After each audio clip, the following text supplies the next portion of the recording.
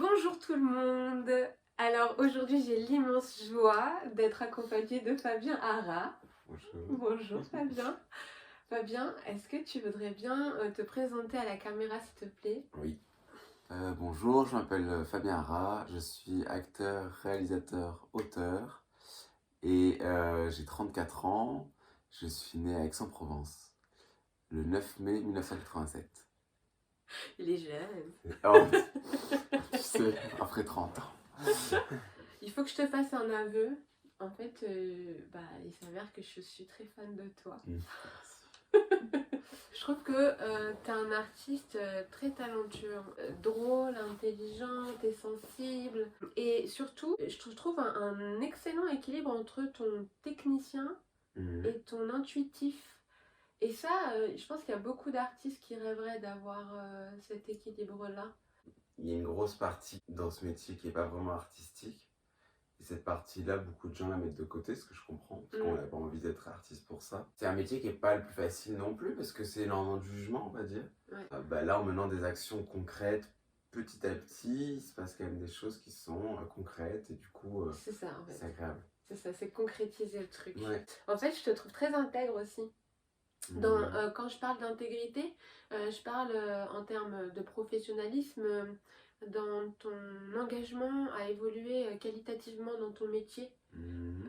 Et aussi parce que tu as réellement quelque chose à dire, à apporter. Pour moi, ça, c'est une condition sine qua non pour identifier un véritable artiste. J'aurais du mal à faire un projet qui défend pas quelque chose d'hyper important pour moi parce que c'est trop long, c'est trop dur. Enfin voilà, à chaque moment où je prends une claque, je me dis bon, je sais pourquoi je le fais. Ouais. C'est en ça où je pense que je suis intègre dans le sens avec ce que je veux faire. Après, ça reste quand même un métier où il y a énormément de concessions qui s'éloignent de l'intégrité, selon moi, c'est ce que je veux dire. Cette idée de vendre son âme au diable est assez juste dans ce métier-là. Jusqu'à où je peux aller pour faire ce projet, qu'est-ce que je suis prêt à accepter ou pas. Mais tu le sens assez vite parce que ça salit le projet. Ouais. Non mais j'adore ce que tu réponds. Je te dis, je suis fan. Pour que la communauté puisse avoir une idée un petit peu de ton parcours, on va le survoler ensemble. Quand tu sors du lycée, tu arrives à Paris, tu vas à l'école Pygmalion pour apprendre l'acting. À 21 ans déjà, donc en 2008, tu joues dans ton premier court-métrage. C'est pour une collection qui s'appelle Avoir 20 ans sur Arte. Enfin, c'est canon pour un premier job, tu vois. Oui, c'est marrant parce que je dis ça où tu as trouvé ça, mais effectivement, c'était assez fort. Ça s'appelait Coloscopie. Collocscopie. Ah, pardon, oui. C'est normal, c'est le jeu de mots. Et c'est fou parce qu'en fait, avec ce contrat-là, tu te fais repérer par Laurent Bounic qui te fait jouer dans son premier long métrage. Direct. Oui. T'enchaînes avec une série qui s'appelle Strictement Platonique de Stéphane Kopecky et notamment tu joueras aux côtés de Baptiste Le Caplin, Audrey Giacomini. À 23 ans, donc en 2010, tu vas jouer dans Pure Affaire d'Alexandre Coffre avec François Damiens, ça je l'adore. Il est génial pour le coup. Ouais, bah oui. Et François Civil d'ailleurs, il était dedans. Parce qu'Arbiol était en train de décoller et François Damiens est déjà très connu. En plus, ça a été adapté en série sur Canal+. Une Pure Affaire ? Oui. Ah, j'ai pas vu ça. D'Alexandre Coff, du coup. Oui. Ah, mais je savais même pas. Mais bon, ils vont pas rappeler. Je vais peut-être le couper. À 25 ans, en 2012, tu joues le beau-frère de Gilles Lelouch dans 100% Cachemire de Valérie Lemercier. En parallèle au théâtre, tu reçois un prix d'interprétation au Festival de théâtre 2012 de Bougival. Oui. Pour le rôle d'Alan Strang dans Écus de Peter Sheffer.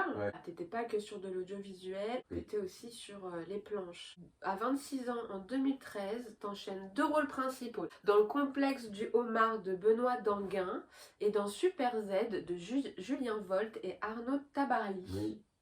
Qui sort cette année normalement. Et cette année, c'est la bonne. J'ai eu vachement de temps parce qu'il y a vachement d'effets spéciaux, que c'était un film sans avoir trop d'argent. Et là, il sort. Super Z. Ouais. C'est sur des super-héros? Non, sur des zombies, super zombies. Ok. Et j'ai vu le film qui est vachement bien, donc je suis super content. Enfin, c'était à 9 ans? C'était à 9 ans, 2013. Ouais. Super, on va y aller alors. T'as joué aux Philippines? C'était un long métrage américano-philippin. Il y avait ce casting-là, en 3 tours, pour jouer dans ce film qui s'appelait Dent, maintenant qui s'appelle 4.08.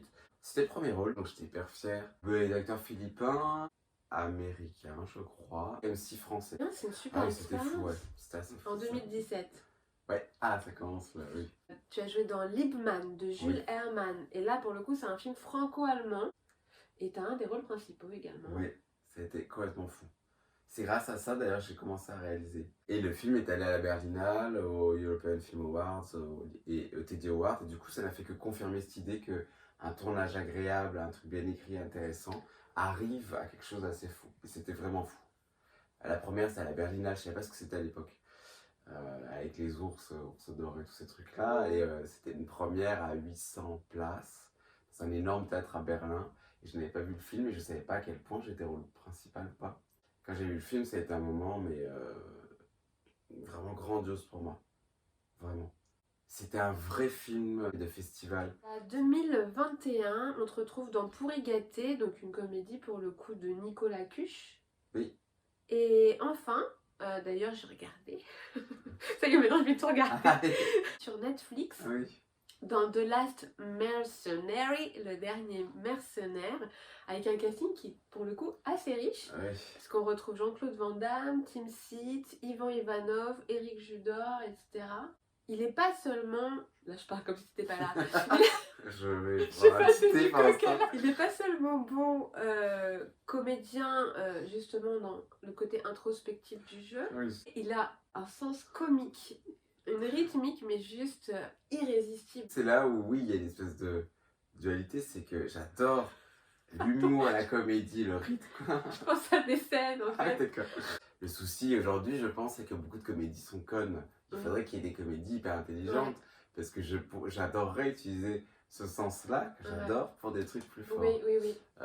Même si dans les mercenaires, je trouve pas bête. Il y a un truc qui est assez rétro et que j'aime bien. Mais qu'on utilise souvent avec Jean-Claude Van Damme quand, Oui.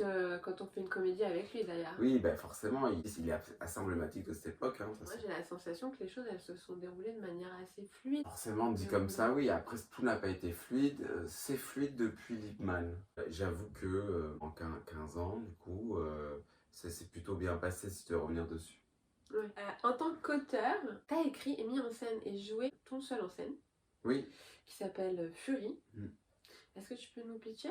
C'est l'histoire de Simon qui apprend par ses parents que son oncle a tué sa tante.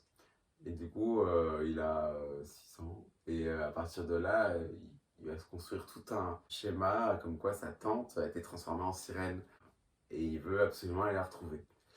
Et le but du seul en scène, c'est de parler un peu de la magie de l'enfance face à l'horreur de ce fait divers et en même temps l'horreur de la vie en général. Enfin, j'ai fait qu'une date juste avant le Covid, je crois, la veille du Covid. Enfin, il y a eu un truc où. Mais j'avais qu'une date, hein, pour le coup. Ah, Mais c'est juste que le lendemain, tout était fermé. Ah, Et du coup, je fais ouf, c'est fait. Et là, on est en train de voir pour le rejouer à la rentrée. Donc, voilà. Ah, ok. Tu dis au sujet du spectacle, mon ambition est de faire de Fury, par la puissance des mots, par le sujet, par l'humour tranchant, par l'esthétique et par le son, une comédie dramatique puissante, sensible et drôle. Oui. On va le voir là en tant qu'auteur en général, quand je dis auteur, il y a scénariste aussi. En tout cas, quand tu racontes quelque chose, c'est un petit peu ta marque de fabrique, le drame puissant, sensible et drôle. Oui, je pense qu'on peut dire que c'est ma marque de fabrique. Après là, j'essaie justement dans mes prochains cours d'aller voir un peu ailleurs pour me tester à d'autres choses. Mais clairement, c'est ce qui me parle.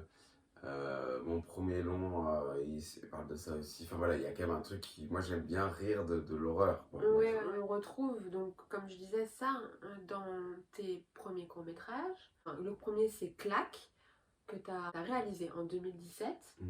Alors, je tiens à préciser quand même qu'il a reçu 57 prix sur 60 festivals. Est-ce que tu peux nous le pitcher celui-là? C'est une mère de famille qui annonce au restaurant chinois qu'elle va se suicider dans la nuit.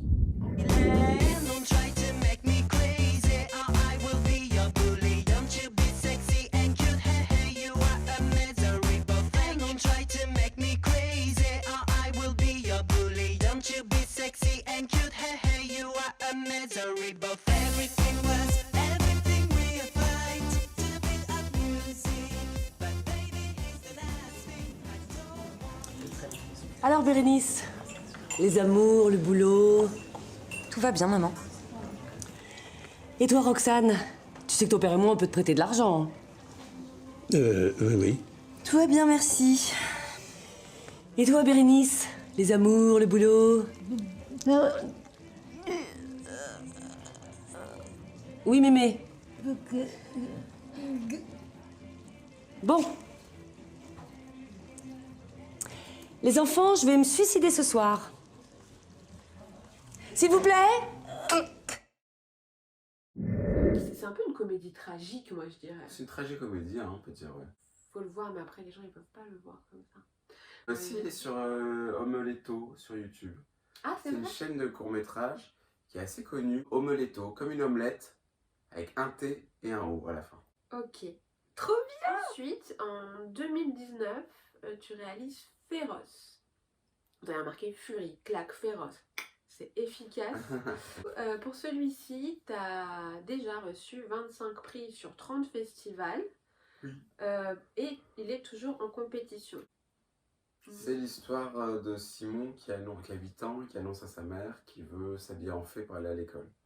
À partir de là, il y a tout un bazar dans le sens où la mère a peur. Et du coup, elle demande de l'avis à ses voisins. C'est un peu un débat sur le genre.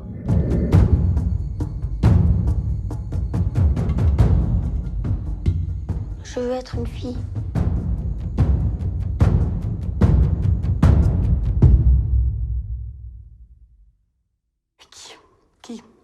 Qui voudrait être une fille aujourd'hui? Pas mon fils. Sérieux?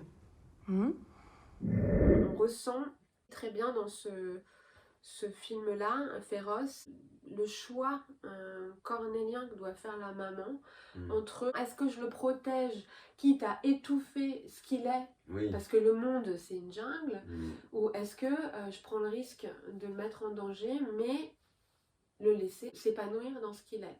Et c'est vrai que c'est un vrai dilemme en fait, hein, Ah quand bah on oui, est parent.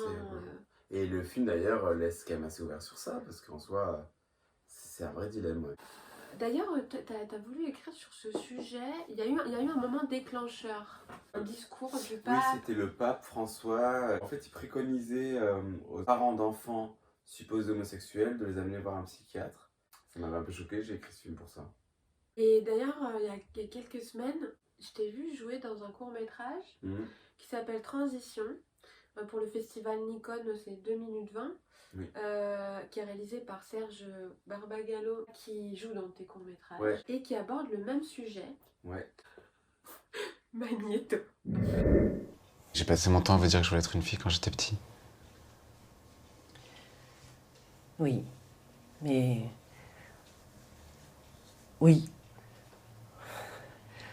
Mais on pensait que c'était une passade.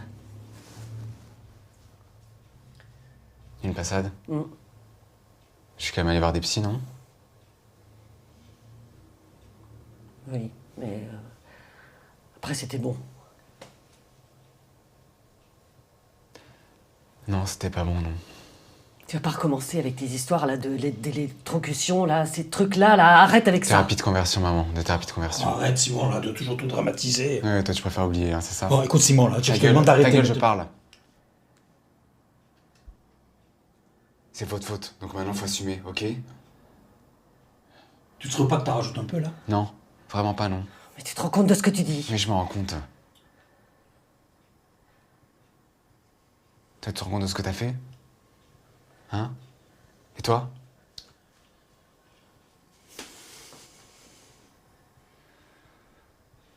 Je suis adulte maintenant. Je peux faire ce que je veux. Je peux choisir d'être qui je suis, ok? Donc je demande pas votre avis. Et alors, pourquoi tu nous parles de tout ça?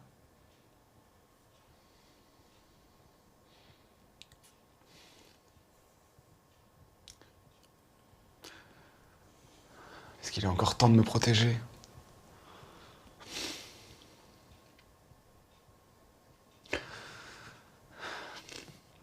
Je vais avoir besoin de vous. Et...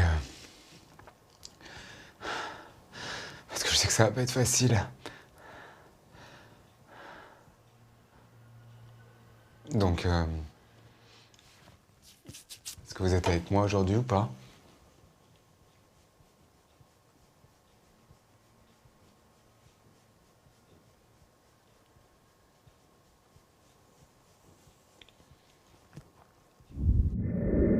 pas tricher quand on est filmé aussi près. Ça Hein. c'est sûr, oui, ça c'est... tu peux que... Enfin, faut se lancer quoi. Ouais, faut se mettre tout nu. Ouais, Mm. et franchement c'était assez agréable à faire. Moi j'avais peur de pas m'autoriser Mm. à ressentir, Ouais. et j'étais content de m'être autorisé du coup. Qui c'est Simon? Ah, c'est marrant. Parce qu'on le retrouve Ouais. dans Féroce, on le retrouve dans Fury, on le retrouve dans Transition. Forcément les films parlent de moi, clairement. Et C'est du toi, coup, Simon. oui, de toute façon c'est moi. C'est un peu ton enfant intérieur. Il y a un peu de ça, ouais. Et je le vois maintenant complètement distancé, c'est-à-dire que comme j'ai réalisé le film et tout, et là j'ai joué dedans, tu vois, je le vois même plus comme quelque chose de moi. Tu l'as sorti de toi. en Ouais, fait. c'est un peu ça, ouais. La question du genre, c'est un sujet qui est particulier Oui. pour toi. Moi j'ai eu une dysphorie de genre quand j'étais petit. J'étais clairement dans ma tête, dans mon corps, une fille. Et du coup ça a été un peu compliqué, surtout à cette époque. C'est assez intéressant ce qui se passe aujourd'hui, je trouve. La dysphorie de genre, c'est un terme médical pour décrire la détresse d'une personne transgenre qui ne se sent pas en adéquation avec le genre que son corps et la société lui assignent. Alors depuis 2013, l'APA, c'est l'Association américaine de psychiatrie, elle insiste vraiment sur le fait, enfin pour nous ça paraît évident, mais que ce n'est pas un trouble mental mais une souffrance clinique significative. Ah ouais. Moi, la question que je me posais, parce que c'est vrai que comme tu dis, à cette époque-là, il n'y avait pas, on n'en parlait pas, il n'y avait pas vraiment de référent pour pouvoir te dire ok ça existe, ok cette personne elle le gère comme ça, c'est déjà un repère en soi, que ce soit même chez les stars. Comment ça s'est révélé à toi? Ça a été évident ou tu vois, c'est vrai que c'est une question qu'on peut se poser quand on le vit pas. C'est comme si tu te représentes instinctivement d'une autre façon que ce que les autres voient de toi, je saurais pas trop te dire. Toi tu sais que t'es là, les gens te voient là. C'est vraiment un truc comme ça. Moi je trouve ça intéressant pour tout le monde de s'intéresser à ça parce que la dysphorie de genre c'est palpable dans le sens où tu te sens femme alors que tu es dans un corps d'homme ou inversement. Mais je veux dire, on a tous une dysphorie de quelque chose en nous. Je veux dire, on n'est pas tous nous-mêmes. On a tous un quelque chose où on ne se sent pas dans ce qu'on est véritablement. Tu vois ce que je veux dire? Et ça peut être une réelle souffrance aussi. Ok, c'était évident, cette sensation-là de... Mais pour le comprendre... Bah en fait, techniquement, du coup, quand tu ressens ça et que tout le monde autour de toi dit qu'il y a un problème, parce que c'était quand même un peu le souci, tu te dis juste en fait je suis malade mentale. Oui, parce que toi, dès ton plus jeune âge, tu l'exprimais comme tu étais un enfant. Un enfant, ça exprime Ah ce qu'il oui, vit, moi donc c'était tu très l'exprimes. clair, c'était très simple. Est-ce qu'à un moment, t'as ressenti la nécessité de donner le change en tant que garçon? Et je voyais que les garçons jouaient au foot, donc je fais du foot. Ouais, c'est ça. Je voyais que les garçons allaient voient grave dans les films, bah du coup je parlais un peu comme ça. Oui, en même temps, c'est la société qui te dit Bah, t'es un qui garçon, disait, t'aimes voilà. le bleu, c'est con comme Ah, la c'était lune. aussi con que ça. Ouais. Oui. Quand tu allais à la boulangerie, tu te rappelles, il y avait, parce qu'il n'y a plus ça, il y avait des pochettes surprises. Oui. Hein, c'était une Ah oui, espèce des de bleus pochette. en berlingot, enfin. Et en fait, il y en avait des bleus ou des roses. Tu prenais le bleu? J'imagine, oui. Alors je me rappelle de ces trucs-là. Après, je me rappelle pas vraiment d'avoir pris un jour, donc j'ai dû me dire, je préfère ne rien faire que je reste impec. Je prendrai ni bleu ni rose. En fait, tout était dans le contrôle. J'ai un souvenir de mon enfance complètement dans le regard de l'autre, dans la fausseté de, tu vois. Là, moi, ce que je ne savais pas, c'est que d'autres enfants traversaient ça. Pour moi, il y avait que moi, Oui.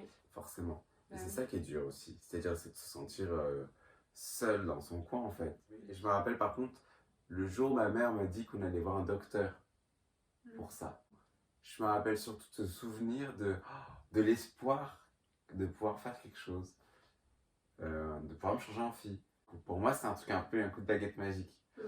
Et j'avais un peu ce souvenir d'un coup de joie très forte au milieu d'une enfance très triste, en tout cas intérieurement. Et au final, je suis allé voir un psy. En fait, moi, j'en suis sorti à la fois trahi par mes parents, Oui. trahi par le psy et complètement fou. Enfin, ça a été terrible du coup pour moi. Et T'avais quel âge là? genre 6-7 ans. Le jour où t'en as parlé avec eux de manière plus consciente en fait. Ben, on en a parlé à, je crois, Féroce en fait. C'est un peu grâce à ça. Donc il n'y a pas longtemps. Bah ouais, il y a 3 ans. C'est quand ils ont vu le film qu'ils ont fait... Du coup, ça les a un peu vachement remués. Parce qu'ils ont clairement compris en voyant le film la souffrance de ça. Et je pense que c'était jamais posé la question. Moi, à partir du moment où je suis allé voir le psy, et qu'après, j'ai très vite compris qu'il fallait surtout plus que j'en parle. Ben, je suis complètement à l'inverse. Donc le psy, il a dit tout va bien. Donc pour eux, ils ne sont même pas posé la question, ce que je peux comprendre aussi. Oui, oui, Ils ont compris la souffrance que j'ai eue enfant oui. et adolescent. Et la souffrance qui sera toujours là malgré tout. Mais aujourd'hui, avec toute cette ouverture qu'on a, je ressens plus le besoin de faire une transition spécialement. Je pense que je pourrais me dire un peu non-binaire, cette nouvelle génération qui parle de Oui. ça. Et du coup, j'essaie au plus profond d'être moi, comme je suis moi, Oui. et sans ces questions-là. Alors, tant je te dis ça et dans 2 ans je suis en transition, j'en sais rien. Justement, pour dépasser cette épreuve, je pense que tu as dû développer une intégrité vis-à-vis de toi-même pour te rapprocher le plus de ce que t'es, sans parler de genre, tu vois, sans prendre ça en compte. Tu avais compris que tu pouvais pas négocier, en tout cas pour le moment, avec ça. Donc, tu as trouvé la solution de dire, ok, qui je suis. En tout cas, ce qui est sûr, c'est que ça m'a apporté un regard sur l'autre très aiguisé. C'est-à-dire que quand tu passes ton temps à regarder les gens pour savoir ce qu'ils pensent, pour s'adapter à eux, Ouais. ce qui en tant que metteur en scène est assez intéressant parce que forcément je l'utilise. Et en tant qu'acteur aussi. Et en tant qu'acteur aussi, c'est vrai, clairement je m'en serais bien passé. Je serais né aujourd'hui, j'aurais fait ma transition enfant. Je sais pas si tu penses des fois, si tu avais fait ta transition enfant, comment tu penses que tu serais aujourd'hui? J'ai dû tellement renfermer ça que je me suis pas jamais posé cette question. Je pense que je serais mieux en adéquation avec moi-même, ça c'est sûr. Et forcément, ça m'aura enlevé des douleurs autres. C'est surtout ça, c'est-à-dire que du coup, j'ai traversé des épreuves qui ont été assez dures. De toute façon, je l'aurais à fond, j'imagine à fond, développer mon féminin. Après, moi, mon féminin, je le développe, on va dire, dans l'art aujourd'hui. J'aurais sûrement pas fait ce métier-là, ça c'est En sûr. fait, moi, je t'interviewe parce que je suis fan de toi. Mais aussi parce que ce sujet me questionne sur l'énergie féminine et l'énergie masculine. Je parle en des termes plus énergétiques en fait. Quand je disais tout à l'heure que tu avais un excellent équilibre entre ton technicien et ton intuitif, ça équivaut à te dire tu as un excellent équilibre entre ton énergie masculine et ton énergie féminine. Ouais, c'est intéressant, ouais. Le technicien, il a des qualités masculines, c'est l'intellect, c'est le côté pratique, le côté logique. Enfin, il y a quelque chose qui est très structurant, cadrant, c'est celui qui concrétise en fait le masculin. Notre côté féminin, c'est celui qui reçoit, celui qui est dans l'imaginaire et dans l'intuition. C'est le côté un peu artiste justement des choses, tu Je vois. suis quelqu'un de très discipliné. Tu vois, le matin, je me lève, je fais mon sport, je fais les castings, je fais ça, tout est très clair. Ça, c'est ton masculin, ça, tu vois. Ouais. Et je pense que ça doit peut-être dû à ça. C'est que je fais les choses sans... Toutes les choses qui peuvent être chiantes, je les fais absent. Je vois ce que tu veux dire. Tu sais ce que je veux dire? Et je pense qu'il y a un peu de ça parce qu'enfant, je sais que je m'absentais pour faire plein de choses. Pour faire le garçon. Ben oui, c'est pour ça. C'est-à-dire qu'il y a plein de choses où je faisais aller, tu mets de côté, tu fais. Hyper Non, intéressant. ne fais pas. À l'époque, c'était un truc de survie, j'imagine. Là, oui, ça m'aide pour plein de trucs. Et ton féminin, tu le qualifies où, comment? Dans la sensibilité, dans mon émotion, je suis quelqu'un d'assez émotif. Quand je réalise, mon côté émotif est enlevé parce que je suis dans l'action. Quand je joue, je suis dans l'émotion. Donc je réouvre. En fait, je passe mon temps à faire ça. L'équilibre qui est nécessaire. Ce que je trouve un peu dur, c'est que aujourd'hui, c'est la mode dans les films de prendre des personnes transgenres. Moi, quand j'étais petit, on m'a interdit clairement de faire ma transition. Et aujourd'hui, n'en l'ayant pas fait, on m'empêche de jouer ces rôles-là. C'est double peine, quoi. C'est-à-dire qu'on m'interdit ça enfant, aujourd'hui on m'interdit ça adulte. Alors évidemment, c'est très bien de faire jouer des personnes transgenres, mais j'aimerais bien qu'on pense à toutes les personnes, notamment de ma génération, qui se sont retrouvées un peu piégées entre les deux, et nous aussi on a des choses à dire, quoi. Est-ce que c'est quelque chose que tu pourrais avoir envie d'aborder ou même de jouer un personnage de cette génération-là et qui fait en fait cette transformation? Oui, ça me plairait de jouer ça. Ouais, ça serait Ça me plairait de canon jouer à ça, défendre ça. Parce qu'en plus, il n'y a pas eu de films qui ont traité réellement ce sujet, en tout cas sous ce prisme-là. J'ai l'impression que oui, c'est ce moment charnière, c'est pas un des trucs les plus faits, quoi, forcément. Effectivement. À faire. Alors le masculin il est en train de dire ok. Je voulais en parler tout à l'heure mais en fait on a zappé. C'est la thérapie de conversion. Oui. Toi t'en as fait une. Bah, c'est Donc en t'en as ça, pas de t'as pas de voilà, souvenir. c'est qu'on avait déjà parlé, j'allais dire ça. Le seul truc dont je me souviens, c'est qu'après j'ai ressenti beaucoup de honte. Donc j'estime, même en me souvenant pas de ce que j'ai subi, avoir été victime d'une thérapie de conversion. Et en même temps, je n'ai pas le souvenir des séances. Mais peut-être que ce psy-là ou ces psys-là ne se sont pas dit, je vais faire de thérapie de conversion, parce que déjà, ça n'existait pas le terme. Ouais, mais... Et en plus, pour eux, ils ont voulu m'aider. C'est-à-dire que je suis persuadé que la personne que j'ai vue a pensé m'aider. J'ai écrit 2-3 trucs là-dessus. Ça a aussi été appelé thérapie de réorientation sexuelle ou bien thérapie réparatrice par ses défenseurs. C'est la pseudo-science. C'est Vraiment, basé sur rien, sur voilà. ça, c'est pas scientifique. Quoi. Bon, ça existe depuis des siècles. Hein. Et Bon, évidemment, hein, ça on s'en doute. Les méthodes qui ont été utilisées, elles sont clairement controversées parce qu'il y a un caractère violent, intrusif, inhumain. Il y a des siècles, il y a l'aspect endoctrinement religieux, comme nettoyer les âmes malades et tout avec des prières, etc. Comme si c'était possédé, tu vois. Il y avait aussi les rencontres obligatoires avec des prostituées, genre voilà, c'est vrai que c'est une très bonne méthode hein, pour donner envie. Il y a la lobotomie, hein. Je rappelle que la lobotomie c'est sectionner des fibres nerveuses à l'intérieur du cerveau. À partir de 1960, on provoque des douleurs ou des nausées avec des médicaments pendant qu'on projette des images d'hommes nus, par exemple, pour déclencher une réponse d'anxiété élevée chez le patient. Et aussi on lui administre des électrochocs sur la main, les organes génitaux, le mollet pour comme autre stimuli négatif avec ces mêmes projections. Ou alors l'inverse, on provoque des stimuli agréables en même temps qu'on projette des photos ou des vidéos de femmes nues en invitant le patient à se masturber jusqu'à l'orgasme. Évidemment, l'efficacité de ces thérapies n'ont jamais été avérées. Oui. C'est pas un scoop, mais... Et ça existe encore. Et c'est là aussi que tu as réagi et que tu as créé... J'avais envie de participer à l'interdiction de ces lois qui sont interdites depuis janvier. Et ce qui est quand même aussi aberrant que ce soit arrivé qu'en janvier, tu vois. Oui, c'est-à-dire qu'en décembre, techniquement, oui, ça paraît assez aberrant que c'est pris autant de temps. En France, mais bon, en France en tout cas, et on est bien content que ça soit passé. C'était une vraie victoire pour moi en tant que réalisateur, en tant qu'humain. La ministre était venue voir Laurence, je sais plus comment elle s'appelle, celle qui s'occupait de ça. Elle était venue voir Féroce justement un moment. Enfin, c'était, voilà, j'ai l'impression d'avoir participé à ça d'une manière ou d'une autre. La manière dont tu as abordé le sujet, c'est abordé d'un point de vue qui est accessible à tous en fait, et dans quelque chose qui est doux. J'essaie de mettre de l'humour, du truc, enfin voilà, qu'on puisse se sentir assez identifié aussi. Enfin voilà, le but c'est que le message passe, pas que ça fasse un rejet quoi. Exactement. Je maintiens que forcément, je pense que si on peut amener un enfant à choisir son genre, ça, aujourd'hui en tout cas, ça pourrait quand même aider à plein de trucs. Et j'invite les parents à ne pas mettre ça de côté, clairement. Moi, j'ai l'impression que ma vie sert aussi à ça. C'est-à-dire qu'en ayant traversé ça, je peux en parler à travers l'art ou quoi. Et du coup, j'ai trouvé dans ma difficulté à m'adapter à ce monde un intérêt à avoir vécu ça. Oui, un sens à ça. Tu savais que maintenant aux États-Unis, dans le passeport, t'as pas juste homme et femme, tu peux cocher.